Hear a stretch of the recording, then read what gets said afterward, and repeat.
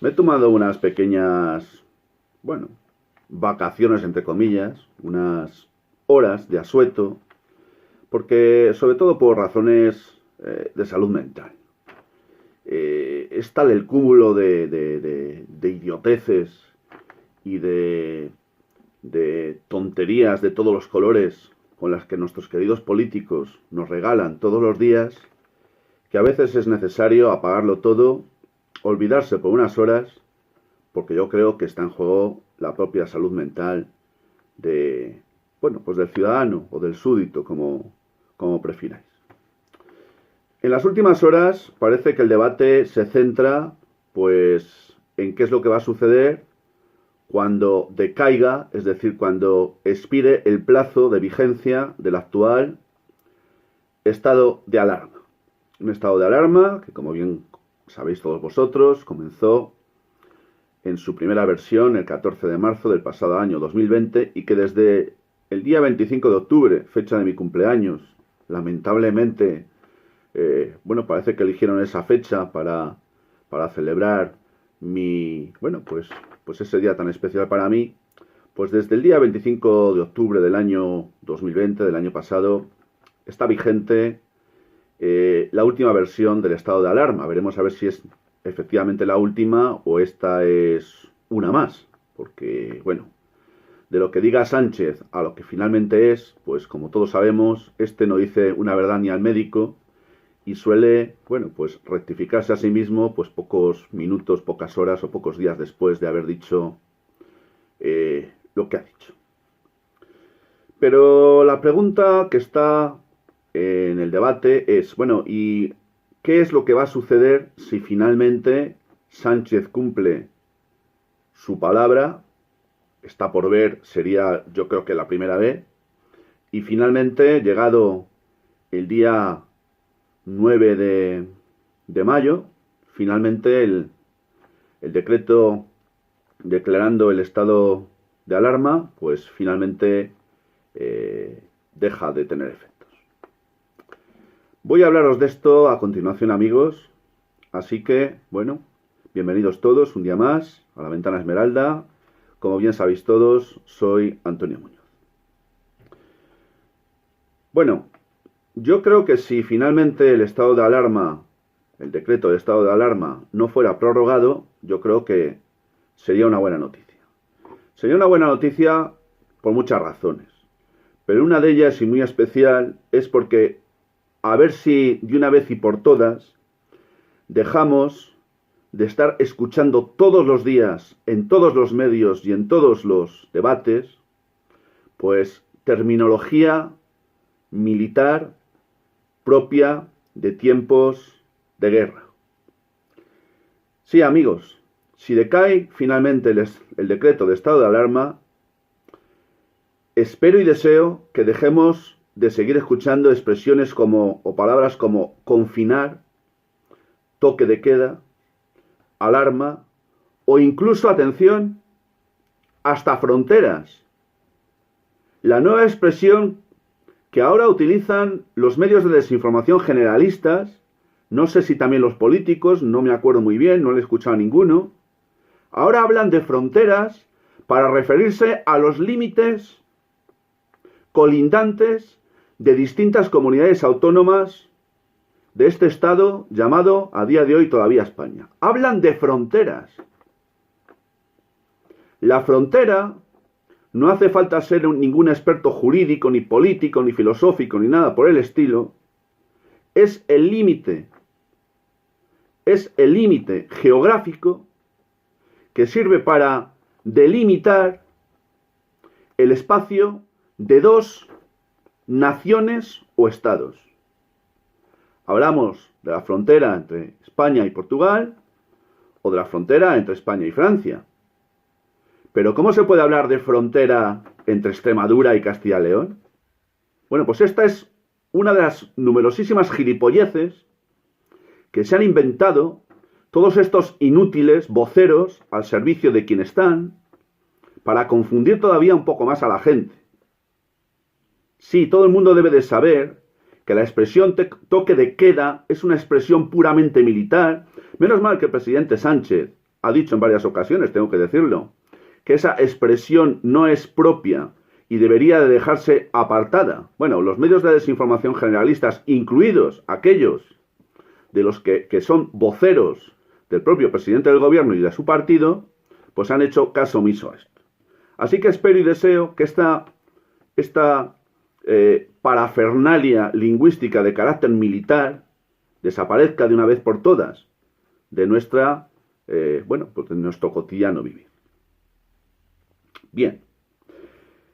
El señor Sánchez ha dicho el pasado martes día 6 que no será necesario prorrogar el estado de alarma. Y luego dijo, espero no tener que ampliarlo. Por tanto, yo como no me fío nada de este señor, no tengo nada claro que llegado el día 9 de mayo no tengamos una nueva renovación del estado de alarma, que algunos han dado a denominar estado de excepción encubierto y creo que con razón. Pero ese es otro tema. Lo cierto y verdad es que en las comunidades autónomas, pues ha pillado por sorpresa, la declaración de Pedro Sánchez anunciando que el día 9 de mayo no habrá prórroga o no se prorrogará el decreto de estado de alarma. Claro que ese mismo día, el señor presidente del gobierno, Pedro Sánchez, pues nos dijo también, por ejemplo, entre otras cosas, que a finales de verano, me parece, iban a estar vacunados 33 millones de ciudadanos españoles, o que incluso, pues el tema de lo de la mascarilla, lo de llevar mascarilla, pues estando en la piscina, estando paseando por el campo, incluso yendo a una playa a tomar el sol, pues que eso tenía que quedar efectivamente, fuera de toda viabilidad. Pero si unos días antes habías dicho lo contrario, que teníamos que ir con la dichosa mascarilla incluso hasta la playa, para tomar el sol, ahora dices que cuando se pasea hay que llevarla, aunque sea por la playa, pero si estás parado y estás tomando el sol, que no. Bueno, como estos, he empezado diciendo el vídeo que es que a veces se necesita parar un poco, porque es que es tal el cúmulo de gilipolleces que hay que escuchar, que es que a veces de verdad es la propia salud mental la que está en juego. Bien, el señor Sánchez dijo una vez que se declaró o se aprobó por el Parlamento el decreto de estado de alarma, que era necesario para evitar que el estado, que ese estado de alarma se pudiera prorrogar sine die, era necesario que el Parlamento aprobase una legislación complementaria, o mejor dicho, alternativa, para suplir la necesidad de que estuviéramos, como hemos estado, y seguimos estando todavía, bajo el paraguas de un estado de alarma. Bueno, pues esto, que lo dijo el señor Pedro Sánchez en sede parlamentaria, como siempre, ha sido una mentira más, porque tampoco la ha cumplido. Se marcharon de vacaciones en el verano, porque estaban muy cansados los señores políticos de trabajar, ¿verdad? Y en vez de elaborar una legislación alternativa, pues a la que voy a contaros ahora, que es la legislación ordinaria, que algunos pretenden sea de aplicación una vez decaiga, si es que decae el decreto de estado de alarma, pues se olvidaron y a día de hoy continuamos sin que exista ningún tipo de legislación alternativa o plan B, como han dado a denominar otros, para aquellos casos o para el supuesto en el cual ya no estuviera vigente un decreto de estado de alarma en España, como podría suceder el próximo día 9 de mayo. Pero claro, esto va a plantear graves problemas, porque ¿qué va a suceder si decae el decreto de estado de alarma con el tema de los confinamientos perimetrales, con el tema de las restricciones de movilidad de carácter nocturno? ¿Qué va a pasar con todo eso? Pues siendo rigurosos desde una perspectiva estrictamente jurídica, eso habrá devenido a mejor vida, es decir, habrá pasado a ser historia. Pero mucho cuidadito, porque hay algunos taifas que están ya dotándose de normativas legislativas propias de carácter autonómico para amparar la adopción de medidas como las que acabo de deciros, incluso sin el paraguas de una ley orgánica que habilite, garantice que ese tipo de medidas se puedan adoptar. Es decir, hay taifas que están tomando ya posiciones para vulnerar una vez más la legalidad vigente.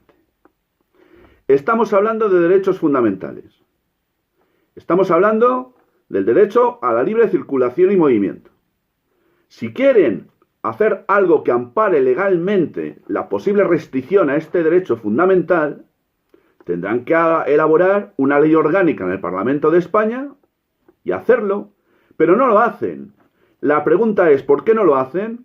Señor Sánchez, a lo mejor no lo hace porque usted no tiene garantías de tener las mayorías suficientes para poder sacar adelante una modificación o la elaboración de una nueva ley orgánica o incluso la modificación de la ley de 1986, a la cual me voy a referir en unos segundos. Y todo, mientras tanto, hay taifas, como digo, que están, pues, elaborando normativas legislativas para intentar, ya lo han hecho en alguna ocasión, vulnerar la legalidad vigente. ¿Verdad, señor Feijóo? Con esa putrefacta y patética ley que se ha inventado en materia de sanidad en Galicia, ¿qué es lo que pretende? ¿Que personas como yo no podamos ir este verano incluso a nuestra propia casa si no cumplimos los requisitos que usted pretende imponer? Menos mal que el gobierno de España ha impugnado ya ante el Tribunal Constitucional esa lamentable y putrefacta ley del señor Feijóo, Núñez Feijóo, que de verdad a mí me vuelve a recordar aquello de las amistades peligrosas. Y como sois muy inteligentes ya sabéis a qué me estoy refiriendo. Por otro lado, nos dicen, una vez que decaiga el decreto de estado de alarma, será el Consejo Interterritorial de Salud el encargado de decidir qué se hace y de tomar decisiones que serán de obligado cumplimiento. Pero, ¿quién es este Consejo Interterritorial de Salud? ¿Qué competencias tiene? Pero es que ahora se arroga también la competencia de elaborar incluso normas que afecten a derechos fundamentales, cuando la propia Constitución que ellos dicen en todo momento estar salvaguardando y de la que dicen ser voceros principales, dice expresamente que no será sino en virtud de ley orgánica por la que se podrán modificar, limitar derechos y libertades fundamentales recogidos entre los artículos 10 y 29 de la Constitución española. Yo no sé si es que no saben, es que no quieren o es que se lo pasan por el forro todo. Yo creo más bien que es que no tienen ni puñetera idea de nada estos. Porque es que si no, no se explica. Bueno, hay quien sostiene que, por ejemplo, el gobierno de España, por ejemplo, voy a leeros textualmente. Aparte del ínclito presidente del gobierno, señor Sánchez, la vicepresidenta Calvo ha tratado de zanjar el asunto este de que qué sucedería si llegado el 9 de mayo hubiera decaído el decreto de estado de alarma. Voy a leer textualmente lo que ha dicho esta señora. No hay que modificar ninguna legislación. Ninguna. No hay que añadir nada para afrontar el 10 de mayo. Lo tenemos ensayado todo y con buena respuesta de nuestros tribunales, como la que ha dado el Tribunal Supremo no hace más de 10 días. Estamos preparados para afrontar el día siguiente de la desaparición del estado de alarma. Habla usted con mucha convicción, con mucha seguridad. Claro, está hablando del Tribunal Supremo. La verdad, señora Carmen Calvo, me da usted motivos para sospechar el por qué está usted tan segura de que el Tribunal Supremo les va a echar una vez más una mano. En fin, ¿qué le vamos a hacer? Habla de que no es necesario elaborar ninguna